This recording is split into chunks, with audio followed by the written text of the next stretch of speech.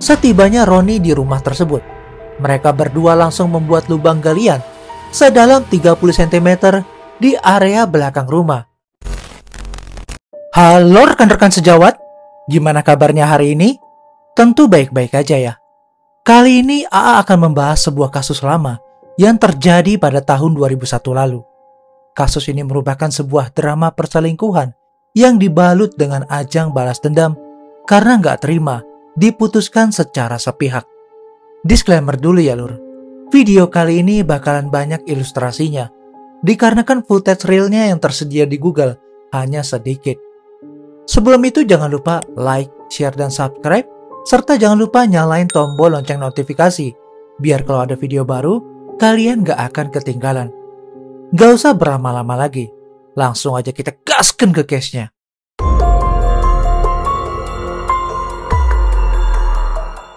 Kali ini kita berkenalan dengan wanita cantik bernama Rosa Hehanusa, berusia 42 tahun, yang merupakan seorang janda yang tinggal sendirian di sebuah rumah di Jalan Beratang Gede, Surabaya. Menurut keluarganya, ia dikenal sebagai seorang perempuan yang sangat cantik, imut, dan juga pekerja keras. Namun di balik parasnya yang cantik itu, ternyata Rosa memiliki background yang sungguh kelam. Menurut catatan kepolisian, Rosa udah beberapa kali terlibat dalam kasus hukum seperti pencurian, penggelapan uang, penipuan, penculikan, bahkan penghabisan nyawa. Meskipun memiliki background yang kurang baik, ternyata Rosa ini memiliki seorang kekasih yang berprofesi sebagai seorang anggota kepolisian bernama Ketut Suwabawa. Namun diketahui bahwa kekasihnya itu sebenarnya telah memiliki seorang istri sah, sehingga hubungan Ketut dengan Rosa hanyalah sebuah hubungan gelap yang udah terjalin dari tahun 95 atau sekitar 6 tahun sebelum kasus ini. Meskipun hanya berstatus selingkuhan, nyatanya Ketut gak segan-segan untuk tinggal seatap dengan Rosa. Awalnya hubungan mereka berjalan seperti sepasang sejoli yang sedang dimabuk cinta.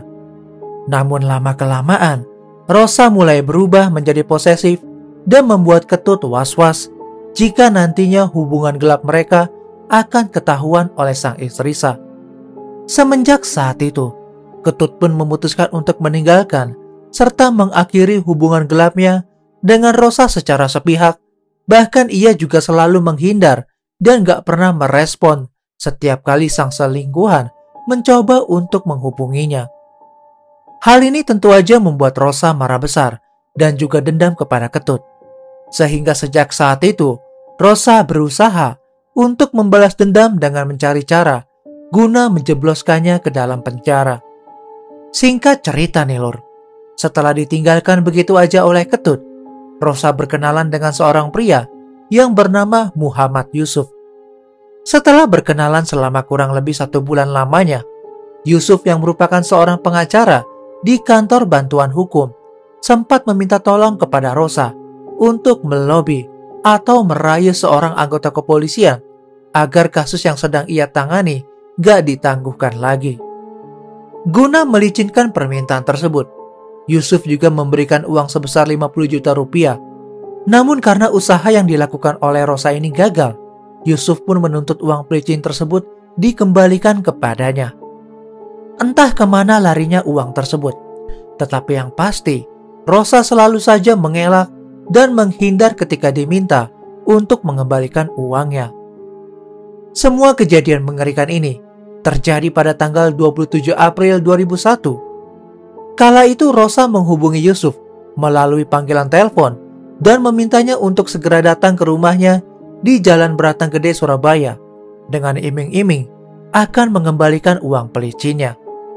Tentunya permintaan dari Rosa tersebut langsung disetujui. Gak lama setelah panggilan tersebut diakhiri, Yusuf sempat berpamitan kepada orang tuanya bahwa ia akan berkunjung ke rumah Rosa dengan tujuan bisnis jual beli mobil. Setibanya di sana, sang tuan rumah langsung menyambut dengan hangat dan mempersilahkan Yusuf untuk duduk di ruang tamu. Setelah mengobrol dengan ringan, Rosa berpamitan kepada Yusuf untuk ke belakang sebentar, guna mengambil minuman di dapur. Namun ternyata semua itu hanyalah tipuan semata. Karena saat berada di dapur, Rosa malah mengambil sebilah parang.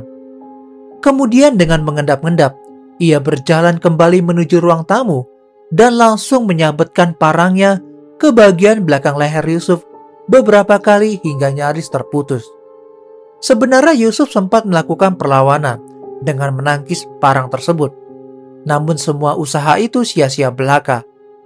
Setelah memastikan bahwa sang korban telah meninggal dunia, Rosa menyeret tubuh tidak bernyawa itu ke dalam kamar mandi. Di sana ia sempat memotong bagian jari-jari Yusuf dan membuangnya ke dalam saluran pembuangan. Setelah itu Rosa bergegas menghubungi salah satu saudaranya yang bernama Roni untuk meminta bantuan membuang mayat. Namun karena saat itu Roni sedang sibuk, niatan itu pun akhirnya diurungkan. Keesokan harinya, atau tepatnya pada tanggal 28 April 2001, Rosa kembali menghubungi saudaranya untuk meminta bantuan. Setibanya Roni di rumah tersebut, mereka berdua langsung membuat lubang galian sedalam 30 cm di area belakang rumah untuk menguburkan jasad Yusuf yang kemudian ditutup menggunakan semen. Sementara itu, masih di hari yang sama, yakni pada tanggal 28 April 2001, pihak keluarga di rumah mulai merasa khawatir karena Yusuf tiba-tiba menghilang. Salah satu saudaranya yang juga mengenal Rosa akhirnya langsung mendatangi rumah tersebut untuk menanyakan keberadaan Yusuf. Saat itu Rosa beralasan jika Yusuf sedang pulang dari rumahnya. Jika Yusuf sudah pulang dari rumahnya sejak kemarin sore, sehingga ia pun gak mengetahui pasti di mana keberadaannya. Pihak keluarga pun akhirnya memutuskan untuk melaporkan masalah tersebut ke kantor polisi terdekat sebagai berita orang hilang. 2 minggu pasca menguburkan jasad Yusuf, Roni yang terus-menerus dihantui rasa bersalah dan ketakutan akhirnya memutuskan untuk membuka semua rahasia itu kepada pihak kepolisian. Di sana Roni melaporkan bahwa Yusuf telah dibunuh oleh Rosa. Selain itu nih Lur, ia juga mengatakan di mana lokasi penguburan mayat. Setelah mendapatkan laporan tersebut, pihak berwajib langsung mengecek kebenaran dari informasi itu. Nah, ketika dilakukan penggeledahan, aparat kepolisian menemukan sebuah gundukan semen yang terlihat masih baru. Dan benar saja, ketika dibongkar pihak kepolisian, mereka menemukan sesosok jasad laki-laki yang udah dalam kondisi membusuk dan mengeluarkan bau menyengat. Tubuh tersebut pun segera dievakuasi dan dibawa ke rumah sakit terdekat untuk dilakukan otopsi.